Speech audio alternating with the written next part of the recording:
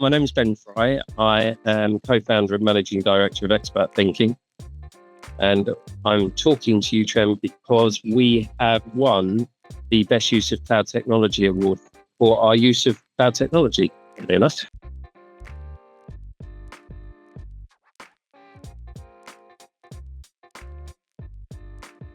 Could you write an overview of your career journey that ultimately led to you becoming the co-founder and managing director of Expert Thinking, along with a brief description history of the business? Yes, my career. Anything but normal, to be honest with you. Certainly the beginning. I certainly didn't want to be behind a desk, but I was very fortunate. My father was in technology and I learned computer programming very, very early on. I was in my early teens. Started out with Turbo Pascal version 3 on an old Amstrad PC 1512. But before that, I'd always been around technology. So we had an IBM PET, the old metal-cased green screen machine. So I'd always been around technology. And interestingly enough, my transition over to cloud computing came as a result of meeting a guy on a train. Not something you do very often, certainly not something you do when you're British. And I peered over to the guy on my right, and he was looking at a pipeline. And I got talking to him. His name is Tim Savage, and he was a co-founder of a company called Armacuni. And he was responsible, one of the team, for writing the donations platform to Comic Relief using Cloud Foundry. And it was a baptism of fire. I mean, it was a real shock, even as a technologist, to see what was possible with cloud computing when done well. I mean, they built a platform that was multi-cloud, that's sat on 3 clouds on 3 different continents. That was, everything was pushed to production. Every change was pushed to production. Fully automated pipelines. So continuous integration, continuous deployment. And we're talking about 10 years ago, 9 or 10, 8, 9, 10 years ago. It was phenomenal. But in that time working for Armacuni, I went from being a guy that could say the buzzwords, kind of got the concepts, but left the room quickly before he was called out as a bit of a charlatan by one of the very few people that actually understood cloud technology. To someone that really knew it and really understood it. But more importantly, understood that so many companies that I was talking to didn't understand it. And they were using it without strategic goals. They were using it as another tool, but they were applying the same traditional ways of working and mindset to cloud technologies. And that's why, they weren't really realizing the significant opportunity, but also they were wasting the opportunity, which is even more.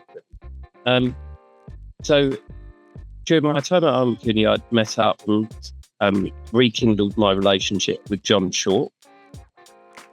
I say that affectionately because John and I have become very close over the past 7+ years. And I'd always wanted to start a business, and I'd always wanted to build a business, a professional services firm that was the anti-pattern of what I'd lived in, working for big professional services firms. I wanted a company that didn't think of everyone as a number on a list. I wanted something that really appreciated what value they'd put forward. John was stupid enough to jack in his position 18 years, I think he'd done at UBS, and join me on this mad hatter journey that has been the building of Expert Thinking. We started out focusing on helping organisations top down, trying to make key stakeholders aware of the strategic opportunity of cloud and how it might drive transformation. Difficult sell. Really difficult sell. Even more difficult to deliver, in my opinion, because you're selling a promise and you're also trying to mandate stuff from the top down. We pivoted and we started delivering value through engineering and working with the engineering teams to actually embrace cloud properly. And I guess as we've grown, and it's been a hell of a ride, I'll tell you what. I mean, the number of times we went back to ground zero. I think we did it 3 or 4 times, because there's one thing, there is a real subtle difference between working on the business and working in the business. If you're not careful, you spend too much time in one, it will dramatically affect the growth and stability and success of the business. And so we started delivering value through engineering. Started really educating people on cloud principles and what the cloud paradigm is. And I still do that. That's one of my funniest things to do, is to talk to people about how different the cloud paradigm is to traditional paradigms, and how much of a huge opportunity it is to transform an organization. And we've seen it with our flagship customer that unfortunately we can't name under NDA, but is a very large Fortune 500 logistics company. They are running what I honestly believe, and what we've been told by Microsoft, is one of the most cutting edge cloud native platforms on Azure. But they aren't just running it as a platform, they have embraced it wholeheartedly. They've changed their entire approach to provisioning and using technology across the board. Developer experience, it's all self-serve via ServiceNow tickets. It's phenomenal. They've reduced costs. They've hit that point now where they can onboard applications and reduce cost. It's a remarkable place to be. But we've reduced their lead times from weeks down to minutes, and all self-serve. And so it really gets me excited when I talk about it, because it's a phenomenal piece of work. I'd love to say I was heavily involved, and I wasn't, but I get to watch the team. I guess that's the other thing. We're very fortunate enough to build a team that are genuinely excellent. And they say in all the business books, you need to surround yourself with people that are more intelligent than yourself. I have no problem with that now. The team are just absolutely unbelievable. And I'm equally proud and shocked that these guys want to come and work, but we've created something that I guess they enjoy the work that we do. We do some very exciting projects, and we live what we set out to achieve, which is to really drive value and benefit for our customers through their use of cloud technology, focus on the differentiation, focus on one specific thing, which is cloud platforms, application data and AI. I should actually mention that there was a pivotal moment with Paul Worthington, who's a chap that was a CIO. He was a series CIO, and he came in and he met John and I. And that was a pivotal moment where we sat there going, why do we keep going back to ground zero? And he's like, focus. You need to focus. You need to specialize. And that's when we really doubled down in our platform engineering on Azure primarily. Now we're doing Azure and AWS. But that was a pivotal moment, and where we walked there and gone, right, okay, we are absolutely, this is what we do, this is why we do it, this is what we deliver, this is the benefits of using us. And we walked out of that with a real spring in our step. And actually, from that moment on, our growth and our stability and our pipeline, everything just started to grow. What would you say is the main challenge you've overcome as co-founder and managing director of Expert Thinking? And what advice would you give to someone who's maybe looking to enter the cloud computing industry themselves? That's a great question. I've learned so many lessons, professionally and personally. I can't even begin to tell you. Some of which are deeply humbling and have changed me fundamentally as an individual. I think as I've got older as well, as part of the business, I've become a lot more philosophical. I think it's a great question. And there are so many different things. I think John and I laugh because we say if we knew then what we know now, we never would have started a business. And I'm not sure how many other founders think that. Because, don't get me wrong, it's incredibly exciting.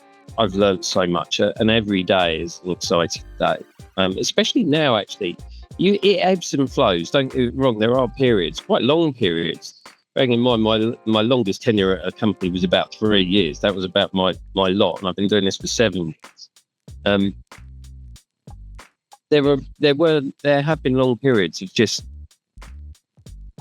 wading through a swamp of lots of nasty stuff, where you just actually have to put your head down and just keep on putting one foot in front of the other.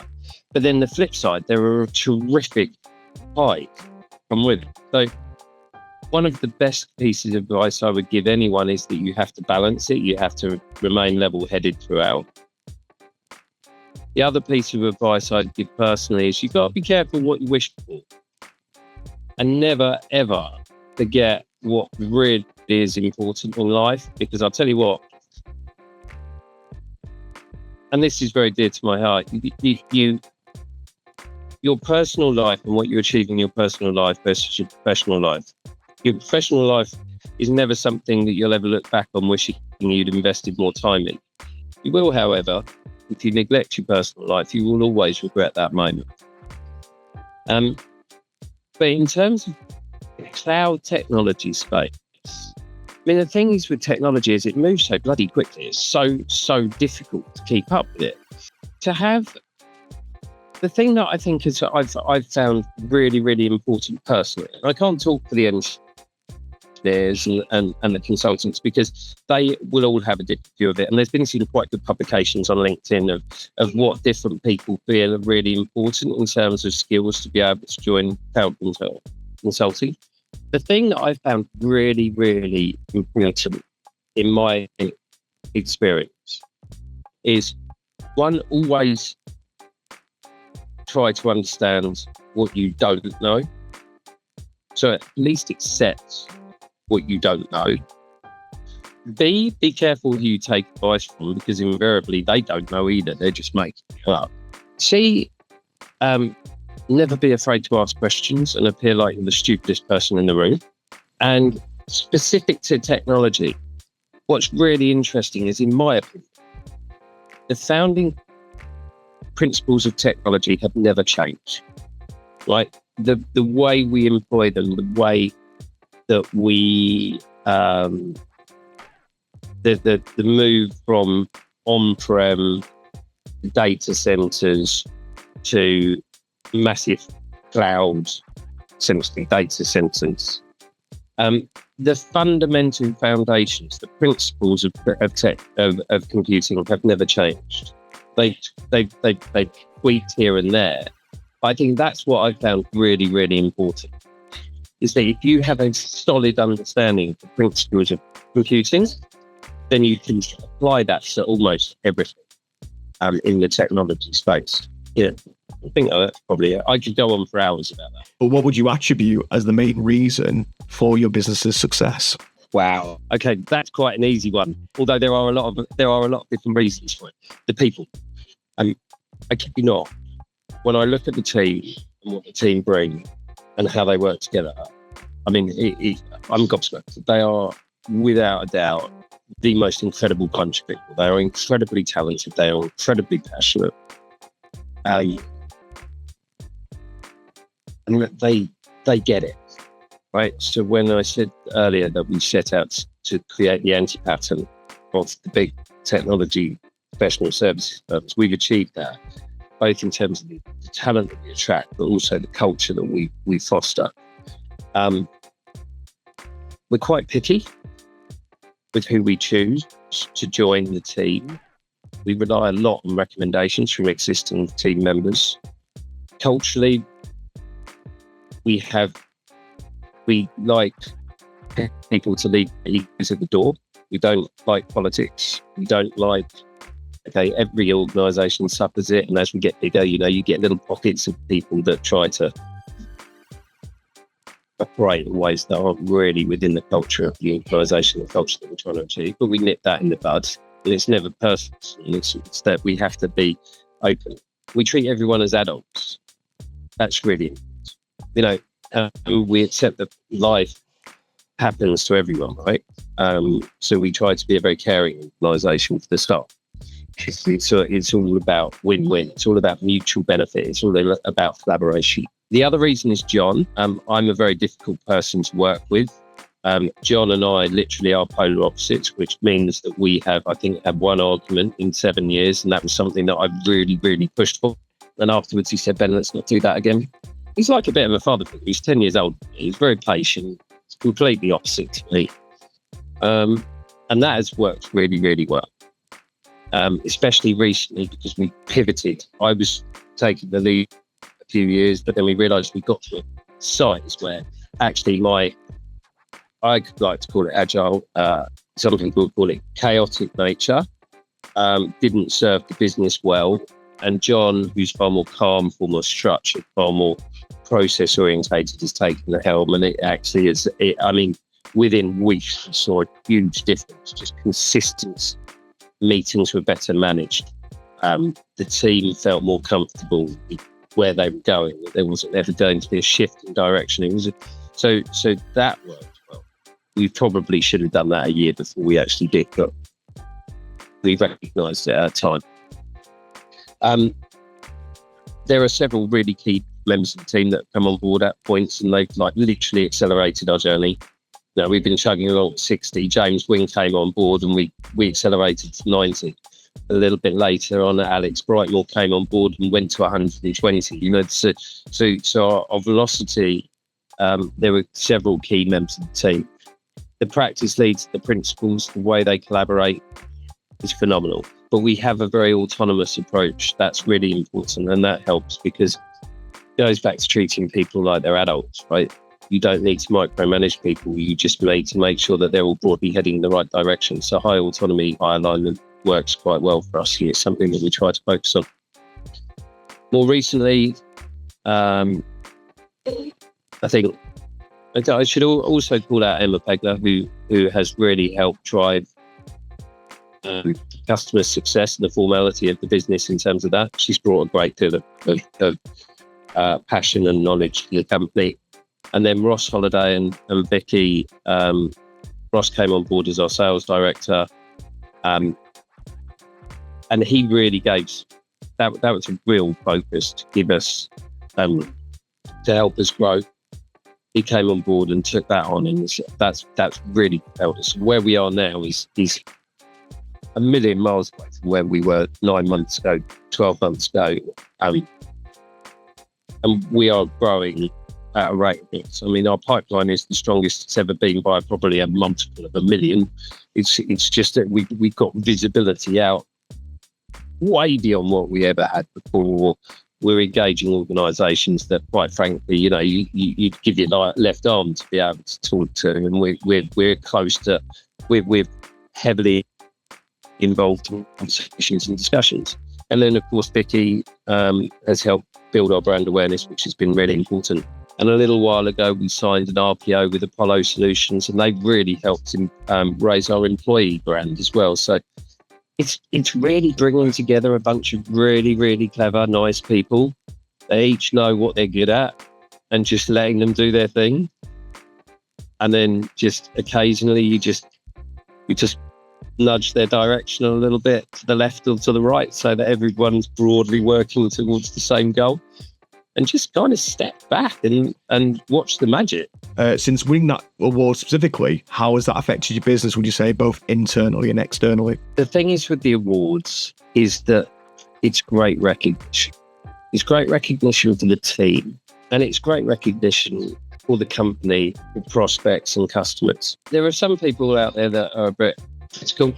I think, you know, there is a belief that the sponsors always win the awards, and that may be true of some awards. I couldn't possibly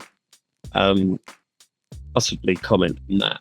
But the thing is, that's not true of the business awards, and it's the recognition it is. I think it's very difficult to quantify, but I'll tell you what, when we win, we love it. It just gives us that real big boost. That's another thing that we've won. That's another organisation that recognise that we're closer, and that's another step towards achieving our goal. And we've always had a really mission, and that is the relentless pursuit to be the best, recognised as the best cloud consultancy, not by our size, but by the quality of our team and the delivery of the solutions and the relationship with our customers. And every award we win just gives us that boost, and it gives us a little bit of external recognition, which, let's be honest with you, how often do you actually get recognised externally for doing a good job? It's not very often. We're very fortunate. We get some great feedback from our customers. But, a lot of what you do in large technology projects, it's relentless. It's like a hamster wheel. Because they're so large, the actual end game, when you've finished it and you get it improved and it's in production, by then you're so beaten and bruised, and there's been so much time gone by. It's difficult to accept, to really sit back and acknowledge the win, which is another piece of advice, actually, going back to your earlier questions. You always need to recognise the wins. Too many people recognise the losses and they forget to recognise the wins. So it's always nice to get external acclaim from awards, because it's something that is independent, recognised, and it's great for Vicky when she's driving brand awareness, and it's great internally for us to have a little shelf with all our awards on. As an award winner, would you recommend Business Awards UK to other businesses? Oh, absolutely. Absolutely. Like I say, I was made aware of this question beforehand, and I'm glad I was, because actually it made me really reflect and think about this objectively. Because as I say, some people are quite critical of the awards. No, fact, not just the awards industry. The business awards, what you stand for, what you promote, what you recognise is really important. And absolutely, I would recommend it. It's an independent, objective body that is able to apply those principles and reward accordingly. And absolutely not one that you buy the award by sponsoring the event, which is always nice. What would you say is the next big step for yourself and expert thinking? For me, personally, much the same. Continuing to learn and grow and try and work on some of my shortcomings, recognise my strengths and my weaknesses, as we said earlier. And that's always that's part of the course. That's day in, day out. For the company, however, we're in an incredibly exciting phase of our growth. The investments, we've made quite a considerable amount of investments over the past 12 to 18 months. And they are really starting to pay off. We're a Delphix enterprise partner, so that's one or two in Europe. We are an AWS advanced tier partner, which for our size of organisation is a phenomenal achievement. Colin Barker is an AWS ambassador and he's working furiously to build up the AWS practice. We have several Azure solution partner designations, which is great, and product specializations, which is brilliant. So we've invested a lot to achieve those. We've invested a lot in sales and marketing, and that really has built our brand and put us in conversations, like I say, that a little while ago we couldn't have even, we dreamt about, but we couldn't quite see how we could make the dream a reality. But Ross and Vicky and Emma worked hard, very hard, to get us at the table of these conversations. The comfort that we have now as a company, given the forecast that we have, the maturity we have as a business, and the pipeline that we have, and the booked business for the next 9 to 12 months, the comfort factor that brings is quite phenomenal. As a co-founder and managing director, and I know John feels the same, and James, to be able to look at that on a weekly basis, that's great, because that gives us visibility of what we can continue to invest in. So we're focusing a lot on AI and data. A lot of organisations are now recognising that in order to leverage AI, they have to focus on their data first, which is really good to see, because at one point, It's seen that the industry was going to overlook the fact that the quality of data derives the output, the quality of the outputs from AI. But they seem to have reined that in a little bit and gone, okay, well, let's focus on the data first, because crap in gets crap out. Right? Maybe I shouldn't say that, but it is what it is. But that's really good. Continuing to develop practices, continuing to develop the team, continuing to grow the team. We're growing the team in Portugal and in the UK. Continuing to deliver great things to our customers. There is a very, very exciting thing that we've been working on for 18 months now, but I can't actually, I'd love to tell you about it. I would absolutely love to tell you about it, but it will become apparent in the next few months. Just, applying the last bits of polish to what we think is going to fundamentally disrupt our industry.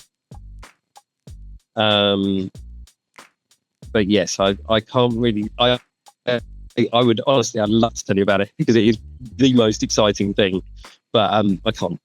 It's a confidential secret. I will be told off very badly if I let anything out. But that will be released in the next few months. Brilliant. Well, I think it sounds like you've got more than a busy year planned for the rest of 2024, especially with secret project that yes, we'll have to. It is top secret. You will have to stay tuned to find that. Well, I was going to say, if it's been an absolute pleasure to talk to you today, Ben. If people want to hear about the secret source, where can they find you? Where can they find Expert Thinking, and where's the best place to keep in contact with you? So the best place, follow us on LinkedIn, I guess, is probably the best place. Our website is there should you want to learn more. expert-thinking.co.uk. But we publish newsletters and various different pieces of work on LinkedIn. We publish technical and thought leadership articles on Medium and on our blog on our website. And don't worry, the secret source, if things go to plan, everyone and his dog will know about it by the time I've finished, I promise you. Well, that sounds very enticing. So if anyone does want to follow those social media links, or go to Expert Thinking, we'll make sure to link them in the description below. And again, thank you very much for joining us, Dave. No, thank you. It's been an absolute brilliant pleasure. Thanks. Yeah, absolutely. Thank you.